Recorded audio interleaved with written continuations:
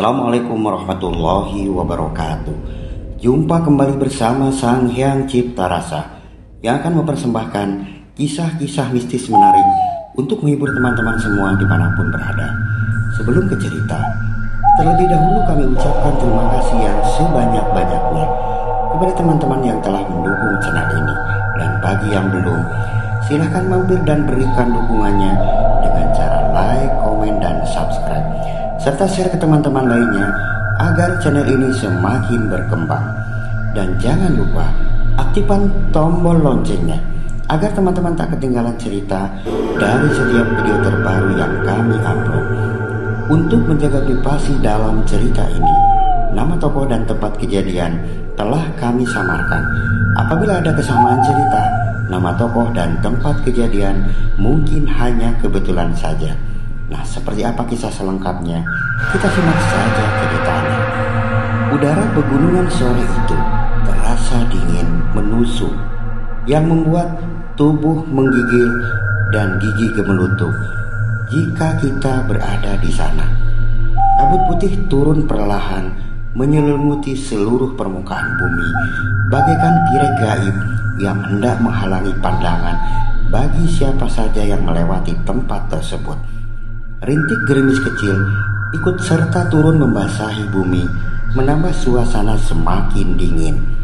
Sepeda motor bebek berwarna merah tua era 70 tahunan itu melaju perlahan membelah kabut yang semakin pekat. Ujar Asep yang duduk di jok belakang. Tubuhnya menggigil hebat. Tanpa sadar, tangannya segera meraih pinggang Jaka yang menyetir sepeda motor dan memeluknya erat-erat. Lepas Sep, geli ah, ujar Jaka. Seraya tangan kirinya berusaha melepas pelukan temannya itu. Mungkin ia merasa jengah dengan pelukan temannya itu. Kabut semakin tebal dan kali ini membuat pandangan kedua orang itu benar-benar tak dapat melihat di sekelilingnya. Sepeda motor itu akhirnya berhenti karena khawatir melaju bukan pada jalan yang semestinya. Jaka, gimana ini? Ujar Asep pada Jaka temannya. Tunggu kabut memudar, ujar Jaka. Sebenarnya Jaka sudah beberapa kali melewati tempat tersebut karena wilayah itu menuju ke rumah mendiang kakek neneknya. Jika saja tadi siang tak turun hujan lebat, kemungkinan besar jam 3 sore mereka sudah sampai tujuan. Namun dikarenakan harus berteduh agak lama karena tak mungkin memacu sepeda motor di tengah hujan deras, menyebabkan perjalanan harus terlambat. Dan sore itu mereka masih berada di perjalanan, bahkan terjebak kabut tebal. Mereka berdiri sambil mendekap tubuhnya yang terasa semakin dingin. Walaupun mengenakan jaket tebal membungkus tubuh, pandangan mereka hanya tertuju ke depan. Jaka teringat sesuatu. Ia segera membaca doa-doa yang ia hafal. Entah kebetulan atau doa itu terkabul. Tiba-tiba dari belakang mereka, angin berdesir perlahan menyapu tubuh mereka yang semakin kedinginan. Kabut pekat di sekeliling mereka perlahan-lahan memudar, membentuk seperti asap putih yang kemudian hilang bagaikan ditelan bumi. Sepi, hanya desiran angin dan suara jangkrik menyambut senja yang semakin temaram. Berkali-kali Jaka menghidupkan sepeda motornya. Setelah itu perlahan melaju membawa mereka ke tujuan. Beberapa menit kemudian sampailah mereka di depan sebuah rumah yang cukup besar dengan sebuah lampu menyala dan bergoyang-goyang tertiup angin. Seorang kakek berdiri menyambut kedatangan mereka dan tersenyum ramah seraya berkata, "Kok sore sekali datangnya, Den?" Ujar, "Iya kek, tadi hujan deras," ujar Jaka. Ternyata kakek itu adalah seorang centeng bernama Abah Oman, yaitu orang yang mengurus rumah kakek semenjak kakek masih ada. Lalu kakek itu menyuruh mereka masuk untuk beristirahat. Malam pun tiba.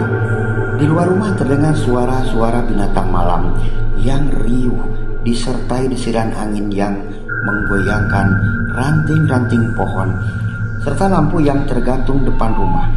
Untunglah Jaka dan Asep sudah berada dalam rumah sehingga tak menggigil kedinginan. Mereka akhirnya dapat menikmati kehangatan wedang jahe yang disuguhkan oleh Mbah Oman. Setelah menyuguhkan wedang jahe, Mbah Oman langsung pamit ke ruang belakang untuk beristirahat katanya. Namun sebelum itu, Mbah Oman mewanti-wanti untuk tak menghiraukan apapun yang terjadi di rumah tersebut. Sambil mengingat tentang perjalanan tadi, mereka asik mengobrol sampai larut malam. Puntung rokok pun sudah memenuhi asbak di depan mereka. Tiba-tiba terdengar seperti ada orang mengetuk pintu depan berkali-kali. Sontak mereka berdua saling berpandangan. Siapa malam-malam mengetuk pintu depan? Mbah Oman? Sepertinya tak mungkin, karena Mbah Oman bisa langsung masuk ruangan lewat ruangan belakang yang tembus ke ruangannya. Sekali lagi ketukan pintu terdengar. Penasaran, mereka berjingkat-jingkat ke depan pintu. Kain horden disingkap perlahan. Tak ada siapa-siapa. Kain horden disingkap lebih hebat. Tak ada siapapun di luar. Bulu kuduk mereka pun merinding seketika. Ujar mereka seraya perlahan saling mendahului masuk ke kamar. Dan bruk, mereka loncat ke tempat tidur serta berebut menarik selimut untuk menutupi tubuh mereka. Beberapa menit berlalu, Jaka sudah tertidur pulas. Terdengar suara dengkurannya yang keras membuat Asep tak juga bisa memejamkan matanya. Namun lama-lama karena kantuk berat telah tiba, Asep pun terbang ke alam mimpi. Keesokan harinya, udara dingin pegunungan membangunkan mereka dari tidur lelapnya semalam. Dengan malas, mereka bangun dan cuci muka. Karena cuaca dingin, mereka malas untuk mandi pagi itu. Kembali Mbah Oman menyuguhkan wedang jahe dan sepiring goreng singkong yang masih mengepul. Mereka pun asik menikmati hidangan itu. Tak berapa lama, mereka pun keluar rumah untuk jalan-jalan di sekitar rumah kakek tersebut. Rumah peninggalan kakek cukup besar dengan halaman yang luas. Saking luasnya halaman itu, sepertinya cukup untuk membangun 10 rumah. Sekitar 500 meter dari kiri kanan rumah kakek itu terdapatlah perkampungan warga. Sedangkan di depan rumah kakek hanya terdapat kebun-kebun sayur milik warga setempat. Karena keasikan itulah mereka lupa waktu. Padahal tadi ketika akan berangkat sudah diingatkan oleh Mbah Oman untuk jangan pulang terlalu sore. Namun namanya juga anak muda, mereka sering mengindahkan pesan orang tua. Beberapa puluh langkah lagi mereka sampai ke rumah. Namun hal aneh pun terjadi. Atap rumah kakek yang tadinya nampak jelas terlihat tiba-tiba perlahan lenyap, tertutup kabut yang semakin lama semakin pekat. Dan perlahan tempat itu menjadi gelap gulita. Jangankan melihat sesuatu di sekeliling, melihat tangan mereka sendiri pun tak terlihat. Jaka, ujar Asep gemetar, lalu menggapai-gapai tubuh Jaka. Setelah itu mereka duduk sambil berpegangan tangan erat, takut jika mereka terpisah dan terjadi sesuatu di tempat itu. Tubuh mereka gemetar, menahan rasa takut yang teramat sangat. Tanpa sadar, Jaka berteriak-teriak memanggil Abah Oman. Entah teriakan yang kesekian puluh kalinya, tiba-tiba ada sebatang tangan yang menyeret tangan mereka. Lalu jelek, mereka sudah berada di depan rumah kakek. Dan terlihat Mbah Oman berdiri di depan mereka dengan raut muka sepertinya marah. "Ayo cepat masuk," ujar Mbah Oman. Seraya mereka berlari masuk ke dalam rumah. Malam harinya, Mbah Oman kembali mewanti-wanti untuk tak menghiraukan apapun yang terjadi di rumah, serta dilarang keluar rumah di waktu senja. Menurut Abah Oman, waktu senja adalah waktu di mana pintu alam gaib terbuka. Saat itulah makhluk-makhluk tak kasat mata akan nampak berkeliaran serta menampakkan dirinya. Sebenarnya mereka baik, namun jika waktu senja mereka tak ingin ada manusia yang masih beraktivitas serta mengganggu di tempat mereka. Keesokan harinya, Asep dan Jaka tak kemana-mana hari itu.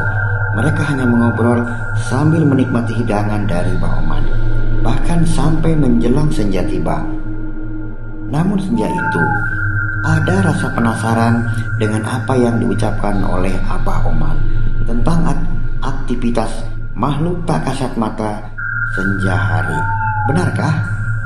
Rasa anak-anak muda, rasa penasaran itu semakin ingin mengetahui benar atau tidaknya perkataan Mbah Oman.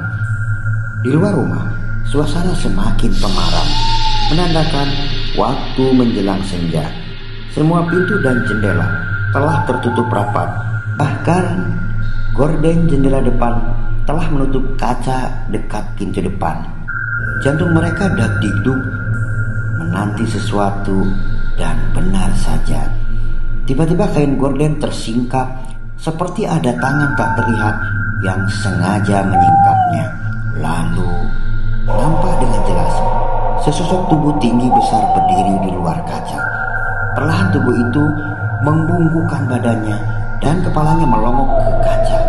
Tatapan matanya tertuju pada Asep dan Jaka yang duduk terpaku. Mereka tak bisa berucap kata. Asep dan Jaka hanya bisa menatap sosok itu. Tubuh mereka pun bergetar dengan keringat bercucuran, dan tak lama tubuh mereka pingsan tumpang tindih di tempat tersebut. Mereka siuman keesokan harinya.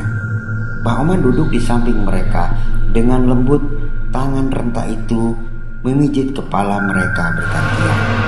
Setelah sepenuhnya tersadar, mereka lalu menceritakan apa yang terjadi. Setelah sepenuhnya tersadar, mereka lalu menceritakan apa yang telah terjadi senja kemarin kepada Pak Oman.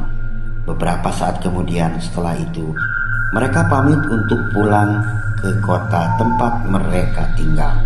Nah teman-teman, ada baiknya jika kita mendengarkan pesan dan pitutur orang-orang yang lebih tua dari kita. Mereka lebih paham tentang segala sesuatu di sekitar mereka. Jangan dibantah, dengarkan dan simak baik-baik. Mungkin sepertinya mitos atau tahayul, namun kita ambil sisi baiknya dan buang sisi buruknya. Sebab ada sesuatu yang harus kita hormati di dunia ini selain kepada manusia itu sendiri. Semoga kita selalu dalam lindungan Tuhan yang Maha Esa. Amin. Nah teman-teman, sampai di sini ceritanya. Semoga dapat menghibur kalian semua dimanapun berada. Terima kasih pada teman-teman yang telah menonton dan mendengarkan ceritanya. Mohon maaf apabila ada salah-salah kata. Sampai jumpa di kisah mistis selanjutnya, hanya di Sang Hyang Cipta Rasa. Assalamualaikum warahmatullahi wabarakatuh.